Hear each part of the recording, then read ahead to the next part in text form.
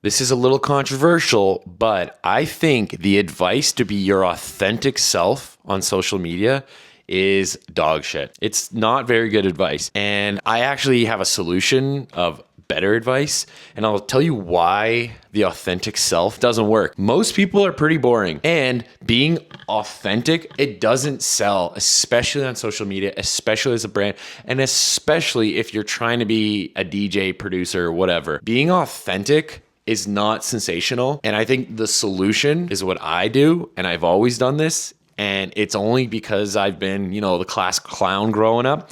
But what I suggest you do is find out what your authentic sensibilities and characteristics are and turn that into a caricature of itself. What does that mean?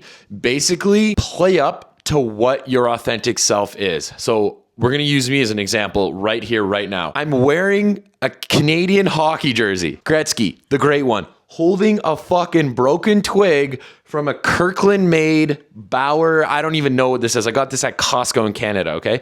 And I'm wearing a Blackhawks lid, okay? I am a Canadian hockey player turned DJ living in America now, and I'm a pretty jokes guy. The visual identity that I just gave describing that, you can imagine the caricature that I'm embodying, okay? And the thing is, that is me, my authentic self. But when people see me, they just go, hey, Canadian, oh, what are you, duster, you bender butt, a little forecheck, backcheck, paycheck, how are you? You just kind of turn it on a little. You're like, yeah, what's up, bud? You want to go Bucky's off? Let's do it, pal. I'm basically turning a caricature of myself, of my authentic self, into what my brand is. Part of my brand, it's the over-the-top, sensational things that I do that are pretty funny and out of pocket. Some of the stuff I say. It's reflected in my music. It's reflected in my content that I make. And I want to use this new John Summit song that just came out, the first song on his new album called Lights Go Out. Everyone from Tom Brady to the goddamn Pope made a remix, okay? Including myself. With that being said, I realized, okay, this is my brand. The song, no offense to Jean Soumet over there, as they call him in Quebec,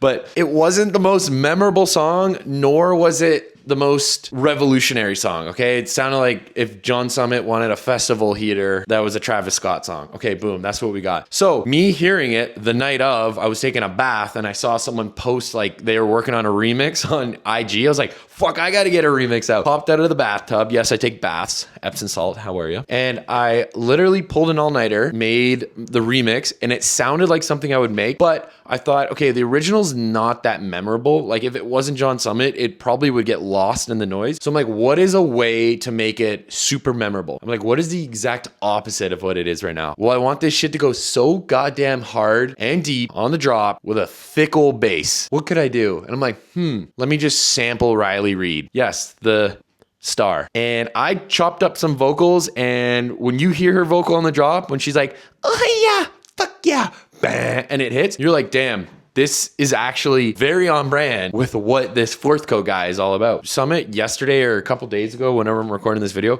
he released the winners. He's like, okay, we're gonna do a remix contest, and 1,300 submissions. That's a lot of fucking people. Of the 1,300, he's releasing 3 songs. Now, I don't know how close I got to being in that list. I feel like I was pretty close, maybe top 10, but we'll never know. What I do know is that I had this window of opportunity to just absolutely go balls to the wall and fucking do whatever it took to make some noise, to get some attention from my brand's perspective, the caricature of my brand that I embody. So I'm gonna go through some numbers here. There was, in the 20 days since my remix dropped, I posted 35 TikToks, 17 IG posts, 22 IG trial reels, and I run a weekly EDM newsletter called Carpe That DM. I had 2 weeks to post about it, where I featured the song a couple times in the post. The results of that were 212,000 organic views, and 70% were non-followers. The whole point of my brand here, like with this song, the goal with this song is to get as many people as possible to listen to it. Whether you like it or you don't, I want to get it in front of people's eyes and ears. And I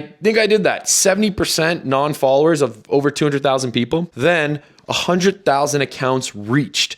That means 100,000 people were at some point exposed to these posts from my account. And I got 9,000 interactions in that time. So 55% of them were non-followers. So more than 50% of the people that interacted with all my content, which was pretty much all this John Summit shit, was non-followers. And I know a lot of people are like, oh man, this guy keeps posting. But like, I don't give a fuck. I have like 18K followers. Like, there's billions of people in this earth. Going on SoundCloud, I received 11,000 streams, 400 likes, 110 downloads on this, which in my mind is money. That's a high intent activity. And it peaked at number 99 on Hyped It House Music Most Downloads. I probably should have categorized as like bass house or something, not house, because everything's house. The grand kicker is in that time, I gained over the 20 days, 280 new followers. I lost 184 for a net positive of 96 followers. Now, so like every month I like give or take gain like 100 followers, like fuck, whatever. I'm stuck at like 18, I've noticed. I don't really care. It's a good number. It's a good omen in my life. My birthday's on the 18th. Like my brother, like, oh, I see it everywhere. So maybe that's a good sign. The moral of the story is you gotta find what your authentic self is and turn it into a caricature, okay? Another authentic thing about me is I cook a lot. Here's my kitchen right here. I gotta clean my stovetop. Fuck, geez. Sorry,